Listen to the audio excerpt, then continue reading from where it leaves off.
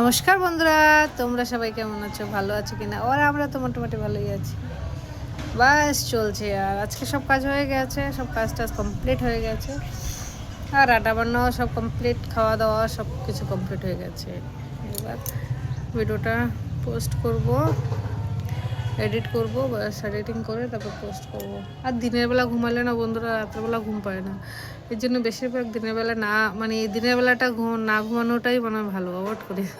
কিন্তু পারি না, খাওয়ার পরেও বিশাল ঘুম পায়, কিন্তু তাও চেষ্টা করো। তোমরা যদি কিছু আওয়াজ পাও, তার মানে ওই বাড়ি, যে বাড়িতে কীর্তন হয়েছিল সেই বাড়ির আওয়াজ হচ্ছে। এত সব গুছাচ্ছে, কীর্তন শেষ, সব গুছিয়ে গেছি, ওরা করছে। আজকে লাস্ট ছিল, হয়ে গেছে ব্যাস। আর কালকে তো হোলি, দোল পূর্ণিমা ছিল। আজকে কেউ এক এক জায়গায় এক এক রকমের হোলি খেলা হচ্ছে। আজকে অন্য এক জায়গায় হোলি, কালকে দেখি এখানে কলকাতায় সবাই হোলি খেলেছে, কিন্তু আজকে অন্য বাইরের সব জায়গায় হোলি। যেমন আন্দামানেও আজকে হোলি খেলছে, ব্যাঙ্গালোর এই সমস্ত জায়গাতে মনে হয় আজকে হোলি খেলছে। আর কলকাতা দেখলাম কালকে খেলেছে। আমি তো এবার হোলি আমার হোলি খেলা হয়নি এবার, কেন কিনা এবার 2 দিনে হোলি পড়াতে মানে ঠিক, মানে কালকে এখানে হোলি খেলে নিয়েছে, আর কালকে আমি হোলি খেলবো না, ছুট ছিল ওর জন্য। চন্দ্রগ্রহণের আগে ছুট লাগে, ওর জন্য হোলিটা কালকে খেলিনি। আর আজকে তো এখানে কেউ হোলি খেলবে না, কেন কি কালকে হোলি খেলা হয়ে গেছে। দেখ, এই বছর হোলিটা মিস হয়ে গেল। গেল বছর হোলি খেলেছিলাম, আর এখন বয়সও হয়ে যাচ্ছে দিন দিন। ঠিক আছে, আবার সামনের বছর হবে, যদি গোবিন্দের কৃপা হয় সামনের বছর ভালো করে হোলি খেলবো। দেখা যাক কোথায় হয়। এক সময় ছিল বন্ধুরা, যখন আন্দামানে ছিলাম খুব হোলি খেলেছিলাম বাবা, বাচ্চাদের নিয়ে। বাচ্চারা তখন ছোটো ছোটো ছিল, বাচ্চাদের নিয়ে তখন খুব হোলি। ওই আজকে ছেলে সেটাই বলছিল, মা আমাদের সেই ফেস্টিভ্যালগুলো আমরা সে কী কাটিয়েছি। সত্যি কথা, সেই সময় অনেক ভালো সুন্দর কাটিয়েছি। এখন সবাই বড় হয়ে গেছে, যে যার জীবনে সেটেল হওয়ার এখন মানে সব চিন্তা ভাবনা আর কি চলছে আর কি, সেটাই বলা যায়। যাক, আবার হবে, সামনের বছর হবে। এবছর হয় না তো সামনে হয়ে যাবে, সামনের বছর হবে, দেখা যাক। সব কীর্তন শেষ হয়ে গেছে। সত্যি কীর্তনটা খুব ভালোই লেগেছিলো। সকালবেলা উঠে যখন হরির নাম শোনো, ভগবানের গোবিন্দের নাম শোনো, সত্যি খুব ভালো লাগে। যাক, শেষ কীর্তন, প্রসাদ সব শেষ। কালকে গেছিলাম সন্ধ্যাবেলা, অনেকক্ষণ ছিলাম কালকে সন্ধ্যাটা গিয়ে। জানি আজকে শেষ হয়ে যাবে, তো ওর জন্য কালকে সন্ধ্যাটা গিয়ে অনেকক্ষণ ছিলাম। আর কালকে সন্ধ্যায় কীর্তনগুলো ভালো হয়েছিল, একটু আরতি হয়েছিল। আর যেটুকুনি ভাগ্যে আছে বন্ধুরা, সেটুকুনি তো পাবে, আর হবে না। ঠিক আছে, দেখতে থাকো তোমরা আমার ভিডিও। আর এরকমই একটুখানি লাইক কমেন্ট শেয়ার করো, সাবস্ক্রাইব করো, তাইলে আমার একটু ভালো তো লাগে কমসে কম না। যেমন দুজন কমেন্ট বাগারা করেছে, এগুলো পড়ে ভালো লাগছে।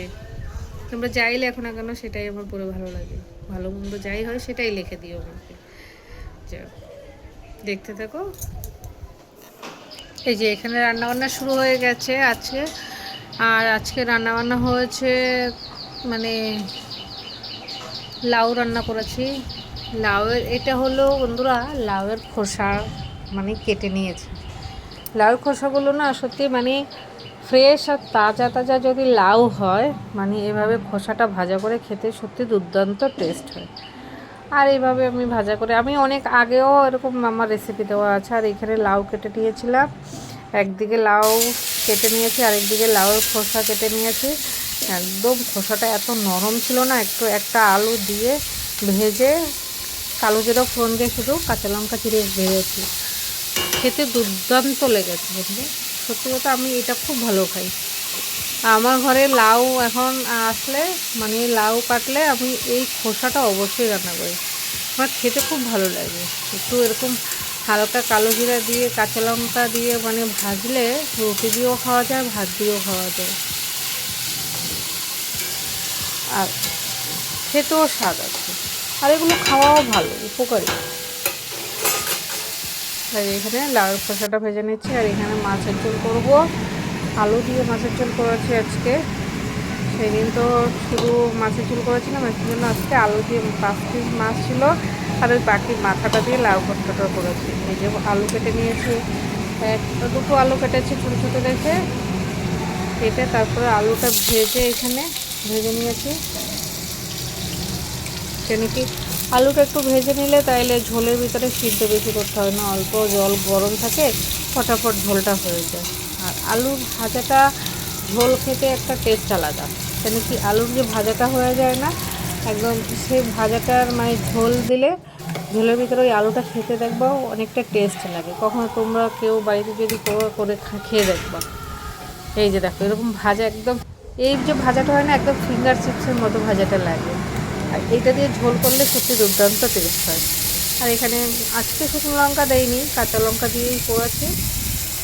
শুকনো লঙ্কা বেশি খাওয়া ভালো না, মাঝখানে কয়েকদিন শুকনো লঙ্কা খেয়ে আমার খুব হাত পা জ্বালা করেছিল। আর এই যে এখানে মশলাটা দিয়েছে, এখানে আদা, জিরা, কাঁচা লঙ্কা, ধনে পাউডার সব একসাথে পেস্ট করে নিয়েছি। নেওয়ার পরে এখানে এই যে আগে মশলাটা ভেজে নেব ভালো করে, ওই জন্য হলুদ দিয়ে দিলাম মশলাতে, জিরা, তেজপাতা, শুকনো লঙ্কা দিয়ে সম্বাদ দিয়েছি। আর এখানে হলুদ দিয়ে একটু মশলাটা ভালো করে কষিয়ে নেবো, তারপরে ভেজে রাখা আলুটা দিয়ে দেবো। এই যে এখানে মাছ তার মাথাগুলো ভাজা হয়ে গেছে, বেশি মাছ ভাজি নেই, হালকা ভেজেছি, তাহলে ঝোলের খেতে ভালো লাগে। আর এখানে দেখো মশলাটাও পুরো কষানো হয়ে গেছে, পুরো তেল ছেড়ে দিয়েছি মশলাটা। এবার এখানে আলুটা ঢেলে দেবো, আলুটা ঢেলে একটুখানি ভাজবো, মানে ভেজে নিলে তাইলে ওর স্বাদ হয় আলাদা।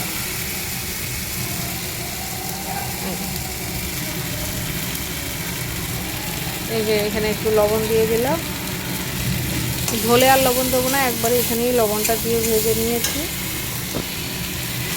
ভেজে তারপরে এই যে আলুটা দিয়ে দিলাম, এবার আলুটা দিয়ে আর একটু ভেজে নেবো। গরম জল করেই রেখেছি বন্ধুরা পাশে, আগেই জলটা গরম করে রেখেছি। ভালো করে একটুখানি আলু দিয়ে ভেজে নেবো। মশলা যত কষাবে ততই তরকারির স্বাদ হয় আলাদা, টেস্ট হয় আলাদা। তোমরাও কখনো ঘরে করে খেয়ে দেখবা, একটু মশলা এরকম ভাজা ভাজা করে কষা করে মানে করে দেখবা, খেয়ে দেখবা স্বাদটাই আলাদা হয়। এই যে এখানে দেখো একদম পুরো কষানো হয়ে গেছে, এবার এখানে জল দিয়ে দেবো। কড়াইতে লাগছে না, পুরো তেল ছেড়ে দিয়েছে আলুতে, মশলা আর আলু তেল ছেড়ে দিয়েছে। এই যে দেখো একদম কড়াইতে কোথাও চিপকাচ্ছে না, এবার জল ঢেলে দিয়ে দিয়েছি, পুরো ভাজা হয়ে গেছে। আবার অতিরিক্ত ভাজবে না, অতিরিক্ত ভাজলে আবার কী হবে কি পিঠা হয়ে যাবে। একদম মিডিয়াম সাইজে ভাজবে, তাহলে ঝোল খাইতে খুব স্বাদ হবে, মানে ঝোলটা সেই টেস্ট। এখানে মাছগুলো দিয়ে দেবো, 5 পিস মাছ আমাদের হয়ে গেছে। আমরা তো একটা মেয়ে মা ভাত খাই, মাছ তাহলে একটা মেয়ে লাগে। আর ছেলে শুধু রাত্রে ভাত খায়, ওর জন্য ছেলের জন্য 1 পিস মাছ রেখে দেবো। আর এখানে বন্ধুরা দেখো একটু ঝোল আর একটু ঝোল দিয়ে দিচ্ছি, কেন কি আজকে একটু পাতলা করে ঝোলটা করব। গরম মশলা দেবো, তো গরম মশলা দিয়ে একটু পাতলা করে ঝোলটা করব। আর খেতে দুর্দান্ত টেস্ট হয়, সাথে একটুখানি লেবু নিয়ে নেবে, বাস আমার মনে হয় না আর কিছু লাগবে। আমাদের ঘরে এরকম একটুখানি ঝোল হলে মানে সেই লাগে। আর আজকে আমি একটু বন্ধুরা তেলটাও কম দিয়েছি, কেন কি তেল অতিরিক্ত খাওয়া ভালো না, ওর জন্য আর তেলটাও একটুখানি কম দিয়ে দিয়েছি বলে দেখো একদম ঝোলটা পাতলা ঠলঠলে একদম, কিন্তু খেতে খুব স্বাদ হয়েছে। আর এই পাশে এখানে লাউটা ভাপে বসিয়ে দিয়েছি, লাউটা এদিকে ভাপে হয়ে গেলে অর্ধেক সিদ্ধ হয়ে গেলে তাহলে তো আর লাউ ঘন্ট করতেও টাইম লাগবে না। একটা জিনিস কি সব কিছুই একটু মানে সিদ্ধ টিদ্ধ যদি আগে করে রাখি, তাহলে দেখবো বন্ধুরা রান্না বান্না করতে কিন্তু বেশি টাইম লাগে না কিন্তু। আর এখানে লাউতে লবণ দিয়ে দিয়েছি, একবারে লবণের সাথে লাউটা সিদ্ধ হয়ে যাবে। আর লাউটা সত্যি খুব ভালো ছিল, একদম কচি ছিল, অনেক বড় লাউ ছিল, খুব কচি ছিল একদম লাউটা। আর এই যে দেখো লাউটাও একটু সিদ্ধ হয়ে গেছে, আর এদিকে ঝোলটাও আমার হয়ে গেছে, ঝোলটাও ফুটে গেছে। এবার ঝোলটা আমি নামিয়ে দেবো, নামিয়ে দিয়ে লাউ ঘন্টটা আবার বসাবো।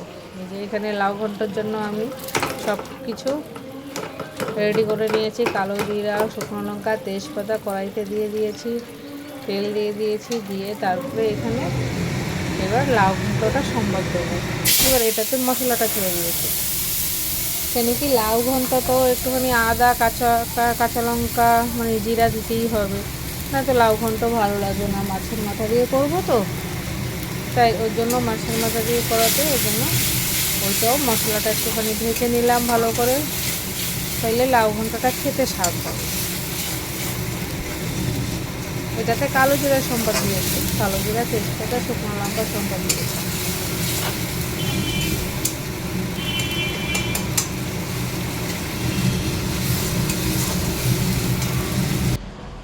আর মাছের মাথাগুলো এই যে ছেড়ে দিলাম। মাছ দুটো, আরও দুটো মাছের মাথা আছে। এই আজকে দুটো মাছের মাথা অনেক দিন হয়ে গেছে, রান্না করব করব করে করা হয় না। আজকে বলছি যে না, আজকে করেই নেই। আর লাউটাও এনেছিল মাছের মাথা দিয়ে রান্না করার জন্য। এইখানে মশলাটা লেগে যাচ্ছিল, ওর জন্য মাছের মাথাটা ভাজা হয়ে গেছে মশলাতে দিয়ে, আর বাকি মশলা লেগে যাচ্ছিলো, ওই জন্য লাউটা সব দিয়ে দিলাম। লাউটাও সিদ্ধ হয়ে গেছে, লাউটাও ওইখানে। এবার বেশিক্ষণ লাগবে না, লাউ ঘন্ট হতে ফটাফট হয়ে যাবে, কোনো টেনশন নেই। আর নিচের ওই মশলাটা বন্ধুরা যেটা লেগে গেছে সেটা এমনি জল দিলে উঠে যাবে। পুরো লাউটা দিয়ে দিলাম। আর আমি লাউ তরকারি কিন্তু এরকমভাবেই করি, একবারে সম্বাদ দিয়ে আমি কখনোই লাউ তরকারি করি না। আগে লাউটাকে একটু ভাপিয়ে নেই, তারপরেই এভাবে সম্বাদ দিয়ে করি। মানে খেতেও ভালো লাগে, দেখতেও সুন্দর লাগে একদম। এইটাও লাউ তরকারিটাও একদম পুরো কাঁচা লঙ্কা দিয়ে করেছি, এর সাথে আজকে শুকনো লঙ্কা কোনো অ্যাডই নেই, না মাছের ঝোলে ছিল না এখানে লাউ ঘন্টা আছে। আর এইখানে দেখো ধনেপাতা ওরা কেটে নিয়েছে, ধনেপাতা। এবার ধনেপাতা দিয়ে দেবো। এই দেখো লাউ ঘন্টাটার কালারটা কীরকম এসছে বলো। লাউ ঘন্টটা হয়ে গেছে, লাউ ঘন্টটা এবার নামিয়ে।